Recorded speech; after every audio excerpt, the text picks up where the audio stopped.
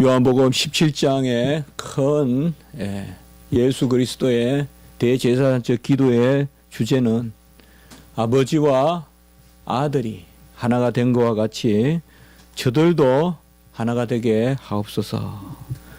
바로 예수 그리스도와 하나됨으로 말미암아 하나님과 하나가 되는 그런 연합의 역사를 위하여 간구하는 모습을 보여주고 있습니다. 주님께서 이 땅에 오신 것은 각 사람을 구원해서 하나님의 자녀로서 온전케 하시는 그런 목적이 있는 반면에 교회를 이루기 위하여 이 땅에 오신 것입니다. 교회는 그리스도의 몸이라고 에베소 4장 12절에 말씀하고 있고, 그리스도는 몸의 구주라고 에베소 5장 23절에 또한 말씀하고 있습니다. 교회는 그리스도의 몸이고 예수 그리스도는 그 몸의 구주시라. 그리고 그가 그 교회의 구주, 몸된 교회의 구주가 되시는 것은 바로 그가 교회를 위하여 자기 자신을 주셨다. 에베소 5장 25절에 이렇게 분명히 말씀하고 있습니다. 주님께서 이 땅에 오신 것은 각자를 구원하실 뿐 아니라 교회를 이루시고 교회를 구원하기 위하여 이 땅에 오셨다는 것을 알 수가 있는 것입니다. 주님은 교회를 형성하시되 이제 온전한 교회를 형성하시는데, 이 교회는 이스라엘과 유대와 사마리아와 땅끝까지 미치는 모든 족속이 하나가 되는 그 교회를 의미하는 것입니다.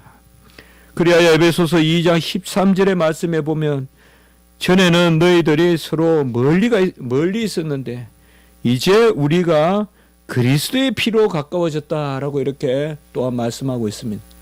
상당히 몸의 언어를 많이 쓰는데요. 바로 교회는 그리스도의 몸이고 그리스도는 교회의 구주고 교회를 위하여 자신을 주시고, 전에는 외인과 같이 나그네와 같이 서로 멀리 떨어져 있었던 우리가 그리스도의 피로 가까워졌다. 그리고 십자가에서 살이 찢김으로 말미암아 어찌 유대인들과 이방인들이 하나가 되느냐.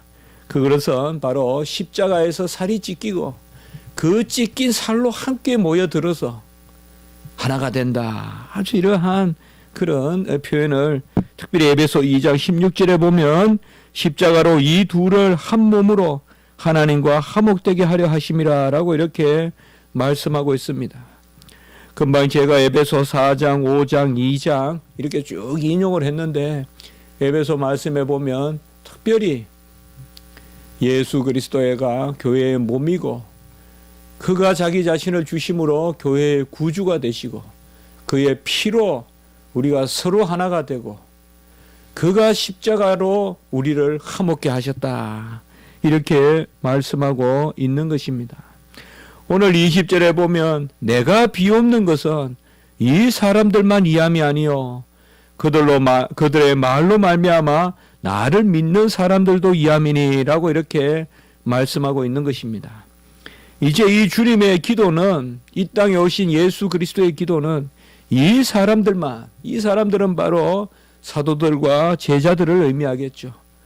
바로 이 유대인 제자들만 이해한 것이 아니요 그들의 말로 말미암아 나를 믿는 사람들도 이함이니라고 이렇게 분명히 말하고 있습니다.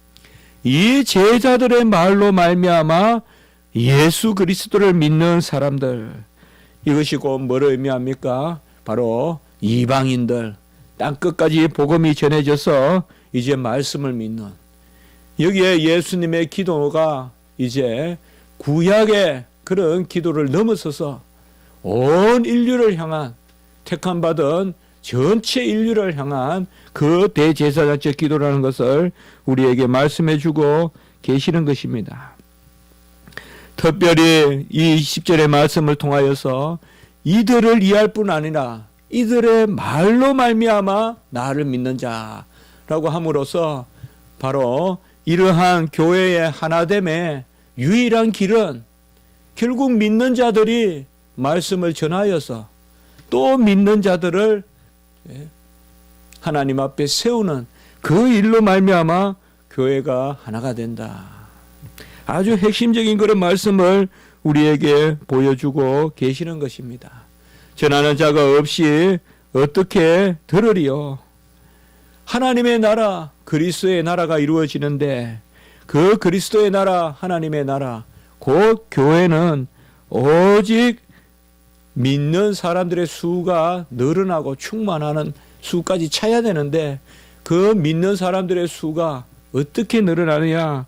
바로 말씀을 전하고 말씀을 받음으로 말미암은 것이다 라고 이렇게 말씀하고 계시는 것입니다.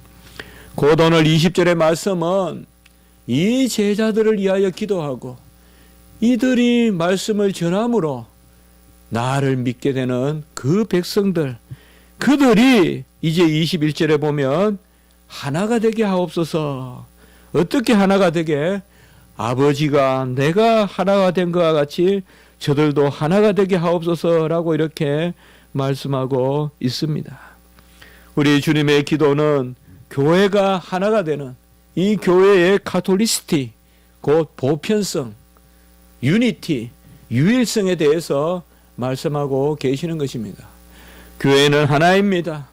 우리 십자가지기 교회, 사랑의 교회, 충영교회, 또 총신교회, 다 교회는 하나인 것입니다.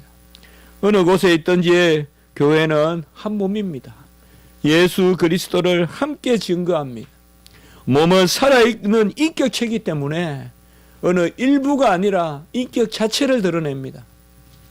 교회는 각자 부분인 듯 해도 나는 발톱, 너는 손톱, 나는 머리, 너는 발인 듯 해도 교회는 전인격적인 공동체입니다. 이것을 우리가 교회의 유기체성이라고 하는 것입니다. 교회는 유기체입니다.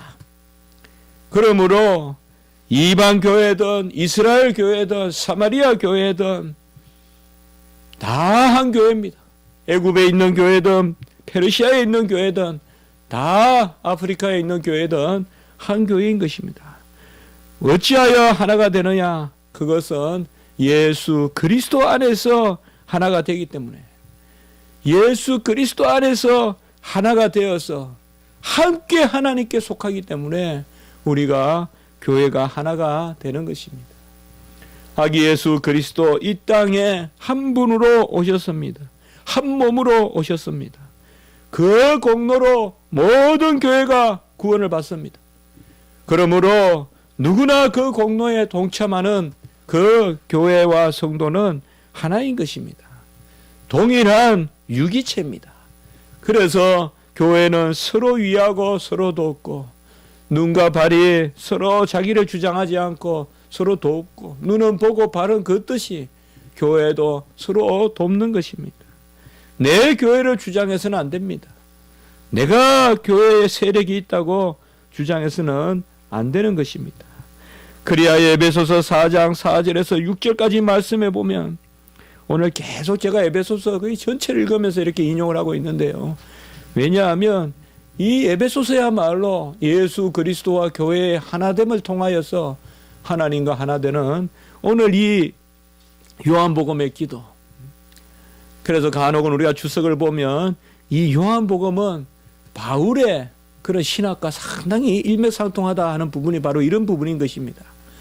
바울의 신학과 바울의 신학이 뭐예요? 바로 에베소서 이런 데 나타나는 그런 서신서의 말씀과 오늘 요한복음의 말씀이 너무나 긴밀해요. 제가 일전에 몇 년 전에 이 요한복음을 왕십리교회에서 제가 쭉 가르치면서도 그때 많은 것을 사도 바울의 이 복음서와 이 요한복음이 어떤 것을 보면 아주 닮아 있어요. 그럼 누가 먼저 이야기했을까요, 여러분들? 시간사고로는 바울의 서신서가 훨씬 빠릅니다. 요한복음보다.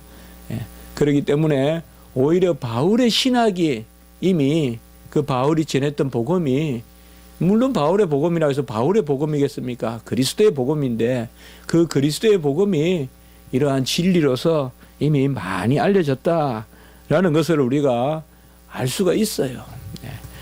어쨌든 이 말씀을 통하여서 우리는 주도 하나요, 성령도 하나요, 주를 믿는 믿음도 하나요, 그 믿음을 인치는 세례도 하나요, 그 세례에 이르는 부르심도 하나다.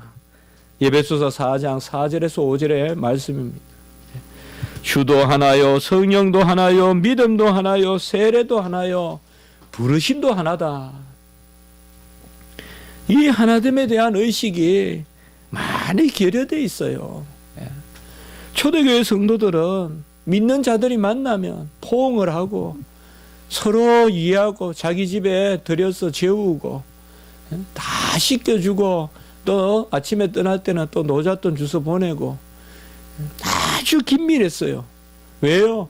한 핏줄이기 때문에, 하나이기 때문에. 그러나 오늘날 그렇습니까? 저도 사실 부끄럽습니다만 우리 옆집이 교인이지만 교제가 없습니다.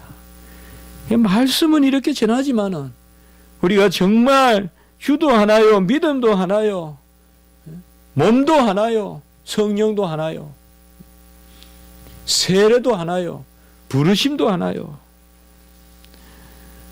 우리 교인들이 먼저 하나 되는 모습을 보여야 됩니다. 얼마나 교단은 분열되어 있고, 얼마나 신학교는 분열되어 있고, 얼마나 교수들은 분열되어 있고, 얼마나 학생들은 분열되어 있습니까? 학생들도 서로 이파저파 다투고, 교수들도 서로 이군 저군 다투고, 얼마나 우리 주 예수 그리스도 안에서 한 몸이 돼야 되는데, 한 부르심의 한 몸인데 어찌 교회가 이렇게 나누어져 있습니까? 바로 이어지는 에베소서 4장 6절에 보면 주도 하나요, 믿음도 하나요, 성령도 하나요, 부르심도 하나요, 세례도 하나일 때, 이게 에베소서 4장 4절 5절이에요. 그 다음에 중요한 말씀이 에베소 4장 6절에 바로 이어서 나와요. 하나님도 한 분이시다. 하나님도 한 분이라는 것을 우리가 어떻게 아느냐? 예수님 안에 있을 때 알아요, 우리가. 예수님 안에 있지 않으면 하나님이 한 분이라는 걸 알 수가 없어요. 그래서 예수 그리스도가 삼위일체 하나님의 계시예요.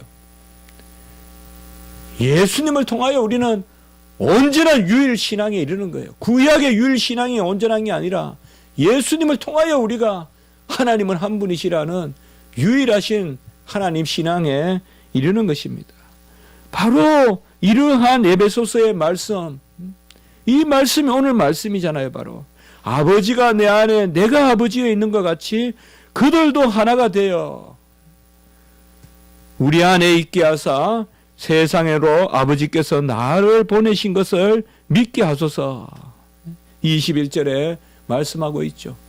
아버지가 아들을 보냈다는 것을 어떻게 믿느냐? 우리가 아들 안에 있으므로 아버지를 믿어서 곧 삼위일체 신앙을 이야기하는 것입니다. 아들을 통하여서 아버지를 믿게 되므로 그 아들을 아버지가 보내셨다. 절대 우리 인간은 하나님 안에 속할 수 없습니다. 우리가 하나님 앞에 속할 수 있는 길을 아들이 내시는 것입니다. 어떻게 냅니까? 아들과 아버지는 요한복음 10장 30절에 하나이기 때문에 아버지와 나는 하나이니이다. 아버지와 아들이 하나이시기 때문에 아들에 속하면 아버지께 속하게 되는 것입니다. 아버지와 아들은 하나이신데 아버지는 아들을 통하여만 자기 자신 안에 우리를 속하게 하신 것입니다. 그래서 아버지가 내 안에 내가 아버지 안에 있는 것이 저들도 내 안에 있게 하소서. 그리하여 아버지가 나를 보내신 것을 그들이 믿게 하소서. 정확하게 이렇게 우리에게 전해주고 있는 말씀이죠.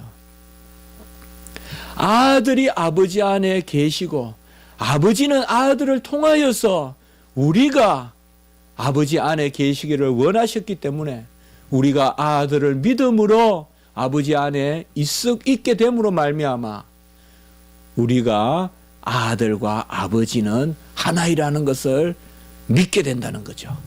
곧 아들을 통하여서 삼위일체 신앙에 이른다는 것이죠. 그래서 예수 그리스도의 기독론과 하나님의 삼위일체가 분리되지 않아요. 역사적으로는 먼저 삼위일체가 형성되고 그리고 기독론이 형성되고 그런 역사적인 그런 교리사적인 과정을 거치지만은 우리의 믿음의 신앙의 계시의 역사는 아들을 통하여서만 아버지가 아들과 하나라는 것을 알게 돼요. 어떻게 보면 아들을 믿음으로 말미암아 삼위일체의 비밀 가운데 들어가는 거예요, 우리가. 그게 바로 오늘 여기 말씀인 거예요. 아버지와 내가 하나인 것과 같이 저들도 우리가 하나 되게 하여 아버지가 나를 보내신 것을 믿게 하소서라고 기도하고 있습니다. 주님의 기도 그저 뭘 달라. 주님의 기도는 그저 무슨 명예를 달라, 건강을 달라, 그런 수준의 기도가 아닙니다. 우리가 주의 기도를 모범으로 삼고 주님의 기도를 본받는다면 우리의 기도도 이러한 철저히 진리를 쫓은 기도, 우리가 아버지 안에 있게 하소서, 아들을 믿어오니 아버지를 믿게 하소서, 이런 것들이 정말 진정한 그런 기도의 조목이 되어야 된다는 것입니다. 결국 교회가 하나인 것을 통하여서 우리는 아들이 하나이고 아버지와 아들이 하나이라는 바로 유일한 구주, 유일한 삼위일체 하나님을 믿는 신앙 가운데 나아간다는 것입니다. 특별히 이러한 하나님은 한 분이시라는 아버지와 아들은 동일하시다는 이 은혜의 말씀이 오늘 22절에 보면 영광을 통하여서 나타납니다. 잘 주목하시기 바랍니다. 조금 어려운 이야기인지 몰라도 성육신에 있어서 인성과 신성이 연합했을 때 특별히 하나님이시자 사람이신 예수 그리스도는 그 예수 그리스도의 인성은 신성의 영광에 동참하는 이것이 가장 인성의 높아짐입니다. 고상함입니다. 예수 그리스도의 인성의 고상함은 바로 신성과 연합함으로 예배의 대상이 되고 찬미의 대상이 되고 함께 영광의 존재가 된다는 거예요. 이것을 초대교회 교부들은 신화라고 불렀어요. 예수님의 인성이 신과 같이 된다. 이 좋은 뜻으로 한 이야기예요. 그래서 예수님의 인성이 이 하나님의 영광에 동참한다는 거예요. 그 초대교회 교부들이 이런 용어를 썼을 때 이 바로 요한복음에 나오는 말씀이란 말이에요. 지금 이 말씀이라고요. 그래서 아버지의 영광과 아들, 그러니까 인성, 아들은 인성과 신성 가운데 계시는데 아들의 인성이 신성의 영광에 동참하는 거예요. 이런 것을 후대 루터와 칼빈과 또 개혁주의 신학자들은 독특한 용어를 쓰는데 그것을 바로 은사의 교통이라고 한 거예요. 은사의 교통이다. 좀 어려운 말씀을 제가 오히려 이런 용어를 왜 썼는가? 22절이 귀하다는 것을 우리가 확인하기야. 아니면 슬쩍 지나가고 마니까요. 아주 중요한 구절이란 말이에요. 이런 구절들이 한 구절 한 구절이. 특별히 뭐예요?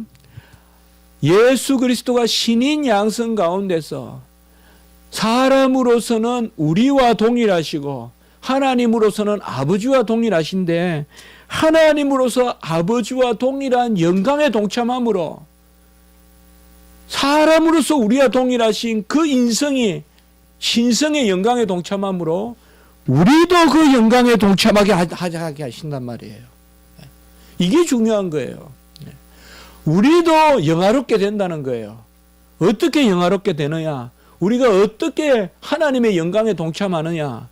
그것이 바로 아들이 이 땅에 오셔서 그 아들이 사람으로 오셔서 하나님의 신성의 영광에 동참하기 때문에 우리도 사람으로서 아들과 함께 있으므로 하나님의 영광에 동참한다는 거예요.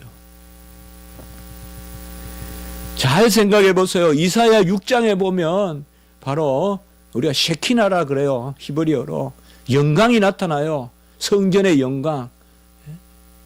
같이 합시다. 셰키나. 이게 영광이에요. 삼위일체의 영광을 셰키나라 그래요. 히브리어로. 성부, 성자, 성령의 셰키나가 나타나요. 이사야서에는. 그런데 이사야서에서는 아직까지 뭐예요? 하로다 나여 망하게 되었도다. 내가 부정한 입술 가운데 여호와를 배웠으며 이렇게 이야기하죠. 그 삼위일체의 영광이 나타나지만 이사야는 아직까지 그것에 동참하지 못해요. 그러나 이제 우리는 뭐예요? 예수 그리스도가 이 땅에 오셨음으로 말미암아 그 예수를 통하여서 하나님의 영광에 동참하게 돼요. 우리가 이걸 지금 말씀해 주시는 거예요. 예수님을 통하여서 우리가 하나님의 영광에 동참하게 된다. 이것이 바로 오늘 22절의 말씀이에요. 내게 주신 영광을 내가 그들에게도 주었사오니. 아들의 영광. 이게 내게 주신 영광이 뭐예요? 아들은 이미 영화로운데요. 인성이에요. 여기에 내게 주신 영광은 인성이에요. 예수님의. 신성으로는 예수님은 이미 영광 자체시잖아요. 그런데 어떻게 영광을 받아요? 이거는 인성에 따라 영광을 받으신 그 예수님과 우리가 하나가 되므로 우리에게도 그 영광이 임한다 이 말이죠. 우리에게도 그 영광이 임한다는 것입니다. 이것이 바로 우리에게 주시는 하나님의 영광이요. 이것이 바로 영화롭게 되는 우리의 구원입니다. 고린도후서 3장 18절에 보면 우리가 수건을 벗은 얼굴로 하나님의 영광을 대한다. 바로 이 모습이란 말이에요. 이제는 더 이상 수건을 쓰고 하나님의 얼굴을 보는 것이 아니라 수건을 벗고 하나님의 영광을 대한다 이 말이에요. 고린도후서 3장 18절에 이게 바로 뭐예요? 이사야는 구약의 모든 선지자 마노아라든지 기도원이라든지 전부 다 여호와의 영광을 피했어요. 그러나 이제는 우리는 예수 그리스도로 말미암아 한 가지만 더 말씀드리면 바로 초대교회 교부들이 예수 그리스도가 참 하나님이시고 참 사람인 가운데서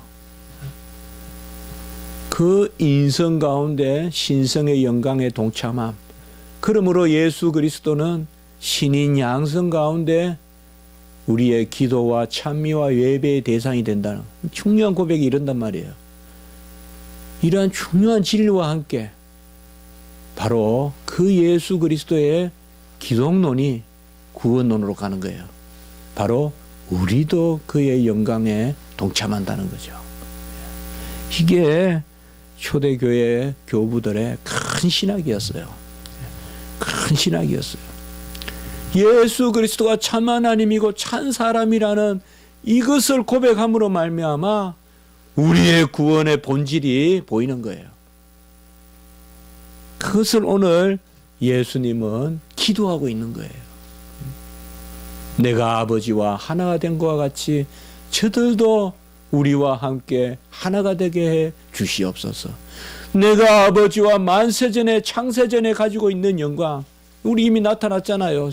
앞부분에서. 그런데 여기에서는 이미 그런 영광을 창세전에 가졌다고 하시고는 여기서는 또 뭐예요? 내게 주신 영광이라고 하죠. 잘 기억하세요 여러분들. 예수님은 이미 창세전에 아버지와 영광을 가지셨다고 했잖아요. 우리가 앞부분에서 봤잖아요. 그것은 신성을 뜻하고 내게 주신 영광은 뭐예요? 인성을 뜻해요. 동일하신 예수님은 아버지와 동일한 영광에 계시지만은 인성에 따라서는 영광을 받으신 거예요. 그리하여 우리도 그 영광에 동참하게 하셨다.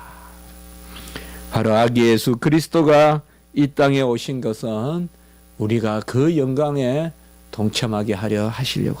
여기 어찌 우리 공로가 개입할 수 있으며 여기 어찌 우리의 선행이 개입할 수 있겠습니까?